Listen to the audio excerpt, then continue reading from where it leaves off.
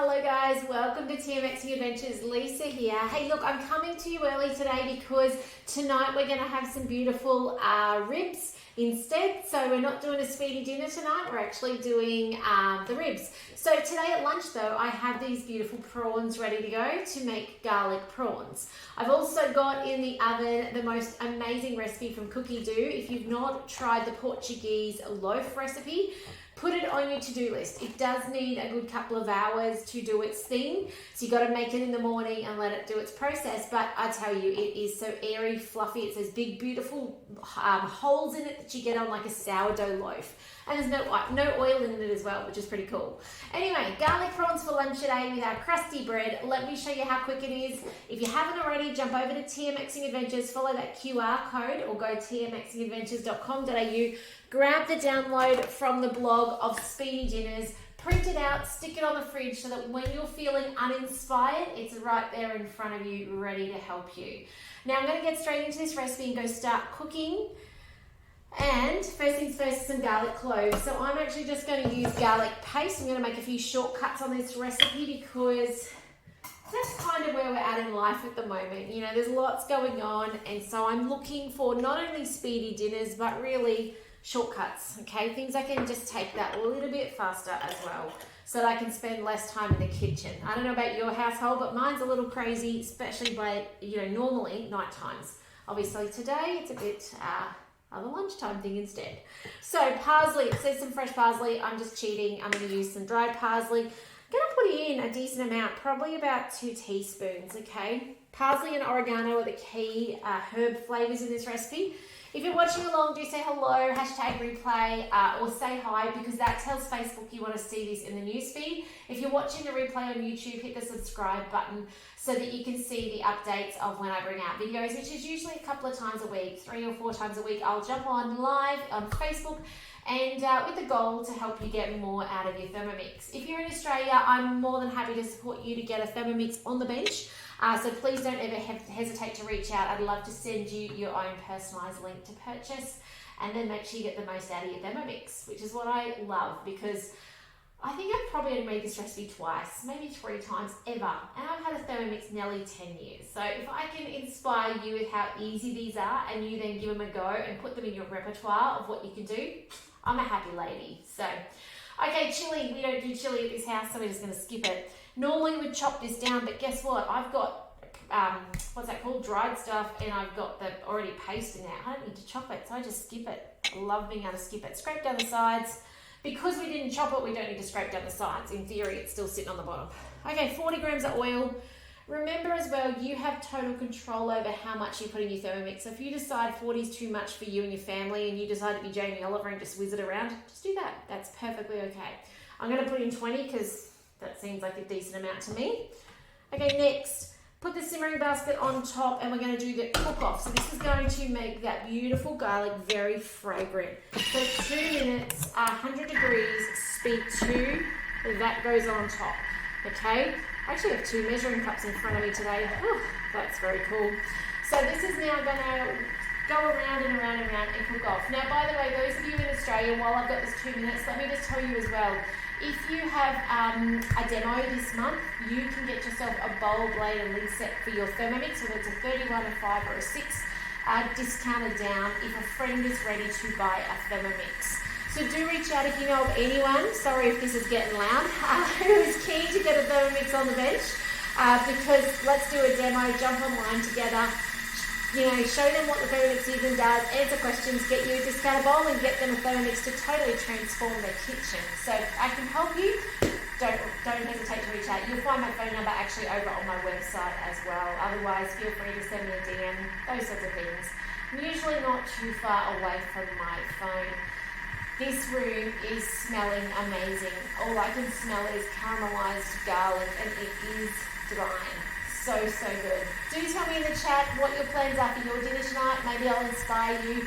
A good sheet for this is if you do like prawns. Obviously, if you're not a prawns person, this recipe is probably not going to work for you unless you want to do it with something like bacon. Okay, that bacon diced up would work beautifully in this recipe as well.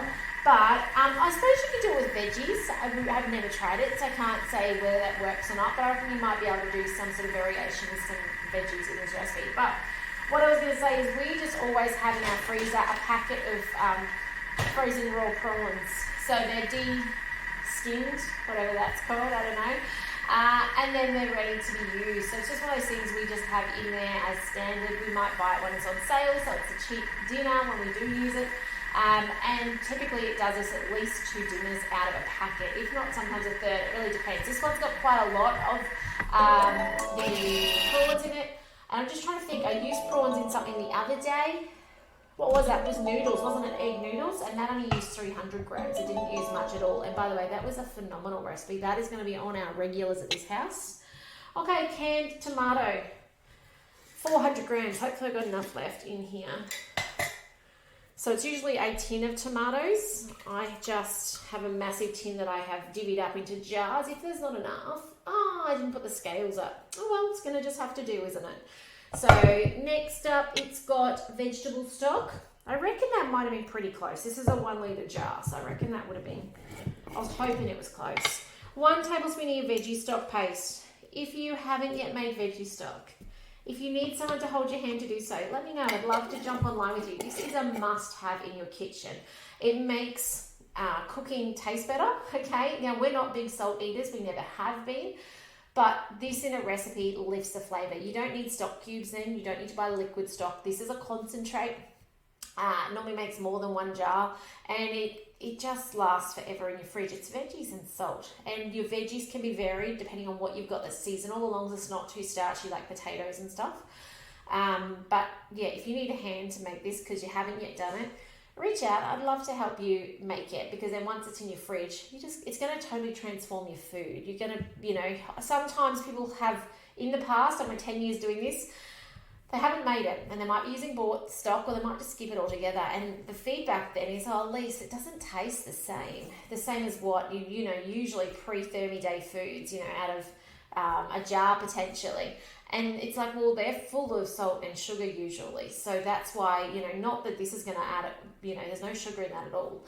And it's not going to make it full of salt either. In the scheme of things, it's such a small amount of salt.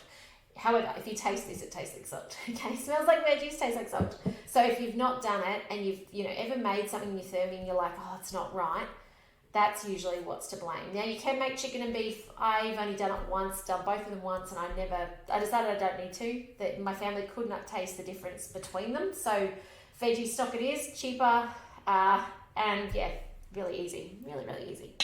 Okay, wine. I'm just going to skip the wine out and instead add water because I don't have wine. So 150 grams in there. Actually, what I wanted to do, anyone else do this when you've got the end of a jar where you put your leftovers in there?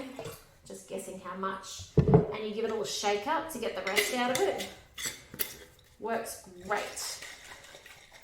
Even in a tin, I will do that if I'm pouring it out of a tin. I don't obviously shake it, but I'll do that to try and get rid of the leftovers. You know what? No, I won't. I was going to say, I'll just chuck it all in. No, I won't. I don't want it to be a really watery sauce on these beautiful prawns. Okay, some oregano goes in now.